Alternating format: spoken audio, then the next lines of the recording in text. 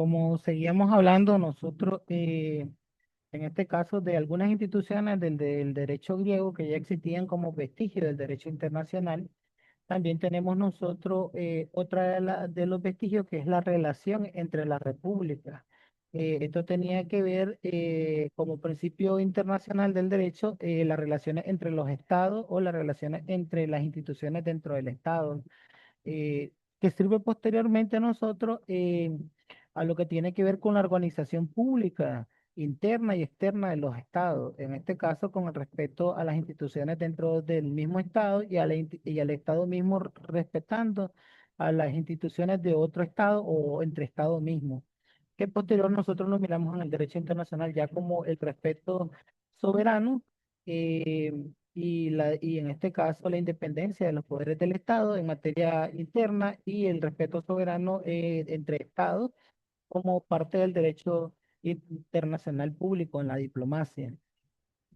En la Edad Media nosotros encontramos otro vestigio del derecho internacional público, que en este caso estamos hablando del derecho papal o del tiempo feudal. Recordémonos que cuando hablamos del feudalismo, estamos hablando a la caída del Imperio Romano, a la institución ahora de un derecho que se llama el derecho de vasalles, donde ya aparecen ciertas estructuras, cierto reinado, donde ya se crean los principados, donde ya hay los terratenientes, y a eso se le llama feudalismo. Eh, en este derecho, la iglesia, posteriormente, con el desarrollo de los tiempos, la iglesia se vuelve un órgano que regula, en este caso, al Estado. Y después la historia nos enseña y nos habla de los reyes católicos, que son los que están dentro de la mano de la Iglesia Católica. Entonces, ¿qué tiene que ver con esto? Bueno, en la aplicación de la estructura o en la aplicación de elementos que la Iglesia quería conservar dentro del Estado. Y a nivel internacional, también en la constitución de la Iglesia como un Estado. Acordémonos que cuando hablamos de la Iglesia Católica estamos hablando que es un Estado. Entonces se constituye a la Iglesia Católica como un Estado soberano, un Estado por el cual se debe respetar. O sea, no es una institución religiosa solamente, sino también un Estado, para que entendamos. Y la Iglesia, dentro del derecho internacional público, a lo largo de esta materia lo vamos a ver que es un sujeto también, o en este caso, son actores que participan como sujeto, como segundo sujeto del derecho internacional público, porque los primeros sujetos son los estados, y la iglesia como sujeto también, pero como segundo autor, o como su segundo sujeto, autor del derecho internacional. Digo esto porque en esos diferentes autores está la iglesia, está la Cruz Roja Internacional, y están diferentes tipos de organismos que existen en el derecho internacional. En la edad moderna tenemos un giro nosotros de 190 grados del derecho. Tenemos nosotros aquí en la edad moderna, nosotros ya en este caso, en 1648 un tratado que se llama el Tratado de Westfalia, que lo utilizamos en el derecho internacional público como ya la institucionalidad del derecho internacional. ¿Ok? No es que no existiera el derecho internacional público, sí hay vestigios del derecho internacional público a lo largo de la historia, lo hemos visto nosotros desde el tiempo antiguo, pero ya en este tratado eh, se codifica o se institucionaliza el derecho internacional público basado en el derecho de diplomacia. Y miramos nosotros algunos aspectos como es que a través de ese tratado se establecen las embajadas. Y es donde nosotros miramos que ya hay constitución de embajada pública en todos los estados a nivel internacional. Entonces, este tratado habla de esa constitución de las embajadas públicas. Otro de los elementos que habla el Tratado de Westfalia es la igualdad entre los estados. Esto se vuelve posteriormente un principio del derecho internacional, donde dice que todos los estados son iguales y que no hay ninguno que sea superior a otro. Entonces, este principio, esto que nace en la Edad Media a través del Tratado de Westfalia, se convierte en un principio del derecho internacional al principio de igualdad, que todos los estados deben de ser tratados con la misma igualdad que otro estado que tenga más capacidad económica o mayor territorio. Entonces, no hay diferencia en el derecho internacional público entre los estados. Otro de los elementos que miramos en este tratado es que habla del principio de autodeterminación de los pueblos, que era lo que estábamos hablando nosotros del jus gentium, que aparece en la aplicación del derecho romano como un vestigio del derecho internacional público. Entonces, aquí ya en este tratado de Westfalia se codifica y se materializa en la aplicación del principio de determinación de los pueblos. Aquí nace también, dentro de las reglas del derecho internacional público, un principio al respeto de la soberanía de los pueblos y a la no injerencia de los pueblos. Entonces, con eso, basado en ese punto, soberanía, ahora en el derecho internacional público, abarca ciertos elementos que ya les había dicho anteriormente. Uno de los elementos que abarca tiene que ver con los elementos sociales, con los elementos económicos, con los elementos culturales y con los elementos políticos. Entonces, la clasificación de soberanía hoy, actualmente, modernamente, tiene que ver con el respeto de esas diferentes áreas dentro de un Estado. Entonces, por eso miramos nosotros que en sesiones internacionales, cuando se habla de que un Estado está interviniendo en otro Estado, en aspectos internos de otro Estado y que está atacando la soberanía interna de ese Estado, se está refiriendo a cualquiera de esos aspectos. Ya no tenemos el concepto que antes teníamos, que era que un Estado se acercaba a la fuerza y entraba a un territorio y se metía. Y entonces decíamos, están atacando la soberanía del Estado tal. Ahora no, ahora soberanía abarca estos elementos, como decíamos nosotros, el elemento cultural, el elemento económico, el elemento político y el elemento social o elemento religioso, en este caso, de ese Estado. Quiere decir que los pueblos son autodeterminantes y son independientes en cada una de estas áreas y se les debe de respetar. Cuando un Estado habla de uno de estos elementos de otro país o de otro Estado, entonces está interviniendo en aspectos internos de ese Estado. Entonces, no miramos solo a la culturalización, a la parte cultural, al desarrollo de la parte cultural del Estado cuando hablamos autodeterminación de los pueblos, sino hablamos del respeto interno del derecho a cada pueblo de dirigir, gobernar, según los parámetros del derecho interno y relacionado al derecho internacional con respecto a los derechos humanos, con respecto a los derechos de las personas. También otra de las cosas que aquí se ratificó en este tratado es el principio divino de los reyes. Recordémonos que todavía estaba muchos países o muchos estados a nivel internacional todavía tenían muchas figuras del respeto de los reinados y todavía se consideraban algunos reyes divinos y algunos reinados se consideraban protegidos. Todavía ese principio pues lo podemos ver ahora ya no basado en ese contexto, pero sí lo podemos ver en la aplicación del respeto de las diferentes formas de organización o los diferentes tipos de gobierno. Y hay una materia que se llama Teoría General del Estado, que habla de las diferentes estructuras o las diferentes formas de gobierno. En eso quiero recalcar que existe hoy en el derecho internacional una modificación del derecho internacional con respecto a los tipos de gobierno también, una actualización. Ahí presentan gobiernos democráticos, gobiernos teocráticos, república, como en el caso de nosotros, ¿verdad? Que somos una república. También presenta en este caso lo que nosotros conocemos, normalmente antes se llamaban de dictadura. Anteriormente, ya en los siglos anteriores, una dictadura era un gobierno pues, que prevalecía.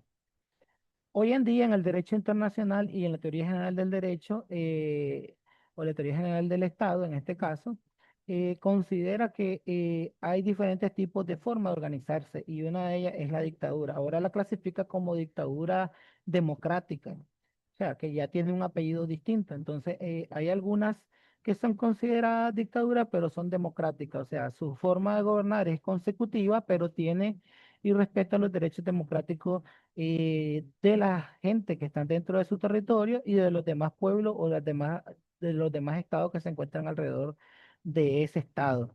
Entonces, es una nueva forma de organización según la teoría general del Estado. Hay una nueva estructuración, ya no estamos solamente hablando de la monarquía, de los reinados, de la república, sino que también ahora hay diferentes cambios. Como decía yo anteriormente, con el aspecto de la soberanía. Ya soberanía ya no es invadir a un territorio militarmente. Soberanía es atacar los aspectos culturales, sociales, políticos, económicos y religiosos de un Estado. Entonces, miramos que el derecho internacional público ha venido evolucionando a lo largo de la historia. Los conceptos se han venido modificando, han venido actualizándose o ampliando, en este caso, el marco de cobertura de algunas conceptualizaciones, de algunas ideas del derecho internacional, y eso nos permite a nosotros entender ahora la aplicación del derecho internacional. En el Congreso de Viena de 1814 y 1815 es donde se comienza a agrupar, en este caso, la Unión Europea. Después de la derrota de Napoleón, crean este Congreso con el objeto de organizarse. Y entonces miramos nosotros ya, después que hablamos de la codificación, ¿verdad? Del derecho o la institucionalización del derecho internacional a través del Tratado de Westfalia, ya miramos aquí la organización de la Unión Europea como uno de los elementos de organización del derecho internacional público. También tenemos otro elemento nosotros con un tratado que se llama el Tratado de Versalles. En 1914, este tratado, más adelante lo miramos que se vino discutiendo, en este caso, desde 1861 a 1871, se vinieron discutiendo con algunos aspectos que encontraron en Alemania, con algunos impulsos y esfuerzos de algunos estados y de Viena.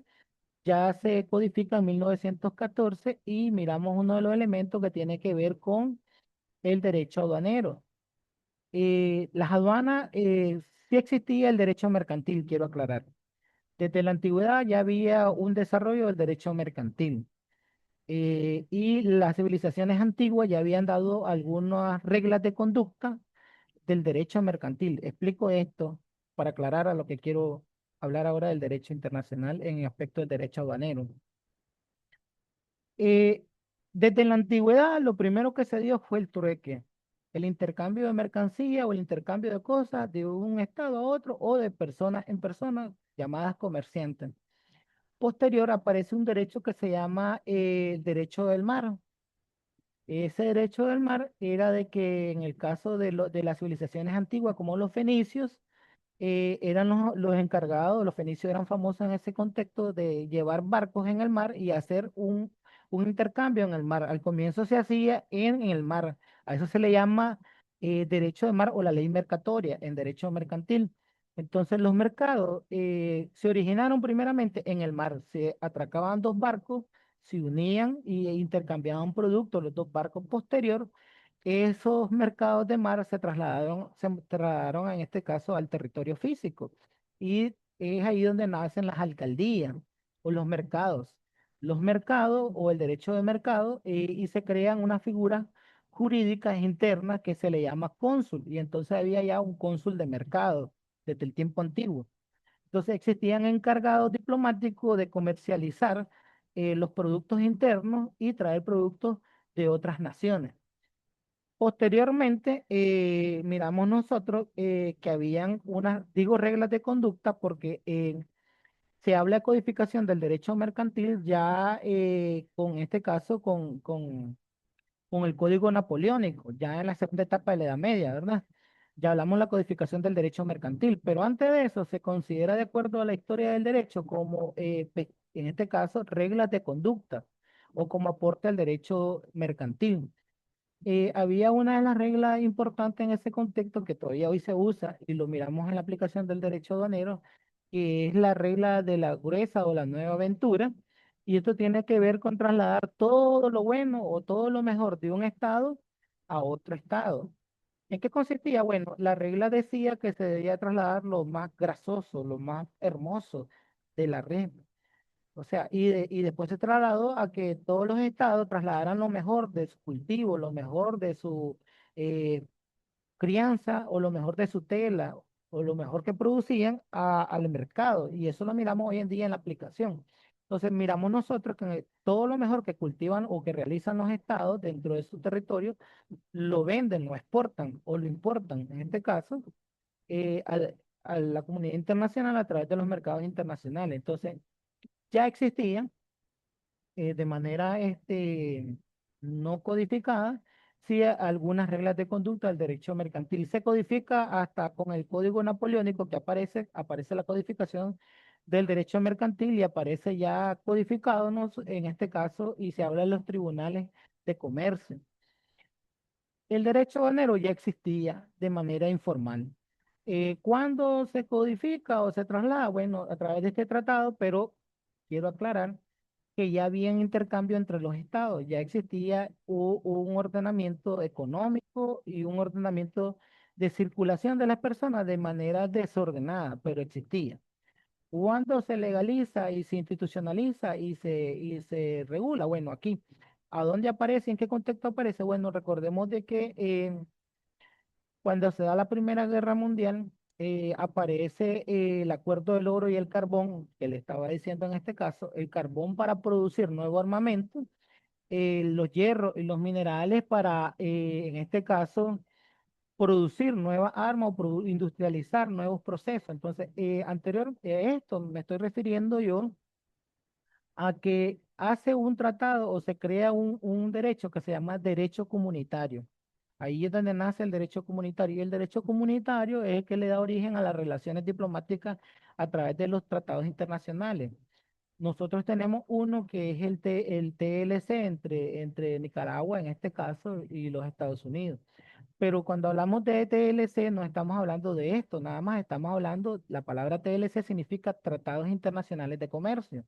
Entonces, existen a nivel internacional diferentes tipos de tratados internacionales de comercio y diferentes tipos de organismos a nivel internacional que no solamente tienen que ver con los tratados internacionales en materia de comercio, sino en materia de seguridad, en materia diplomática, en materia de truncar barreras, en este caso que es el lenguaje técnico, el truncamiento de barreras arancelarias, donde se eliminan las barreras de un impuesto de un producto y otro estado recibe ese producto sin barrera alguna. Eh, el derecho aduanero aparece y se desarrolla gracias al derecho comunitario. Entonces, un organismo rector que pertenece a las Naciones Unidas es la OMA, la Organización Mundial de Aduana. Entonces, las Naciones Unidas tiene diferentes tipos de organismos, como son la Organización Mundial de la Salud, tenemos en este caso la Organización Mundial de Aduana. La Organización Mundial de Aduana es el ente regulador en materia aduanera a nivel internacional, pero recordemos que aparece o nace a través del derecho, en este caso comunitario, a través de las relaciones de los acuerdos del carbón y el oro y la plata y los minerales. Tenemos algunas características del derecho internacional americano y algunas de ellas son el derecho internacional universal. Bien, ¿a qué se refiere esto? Bueno, de que hay reglas universales a nivel internacional de aplicación a los estados. Una de las reglas universales de aplicación es el respeto a los derechos humanos. Entonces, eso lo encontramos nosotros en las Cartas de las Naciones Unidas, en los convenios de Ginebra y en los convenios de Viena y ratificado en algunos otros tratados. También tendríamos nosotros algún otro tipo de instrumentos. Sí, tenemos en materia de comercio otros.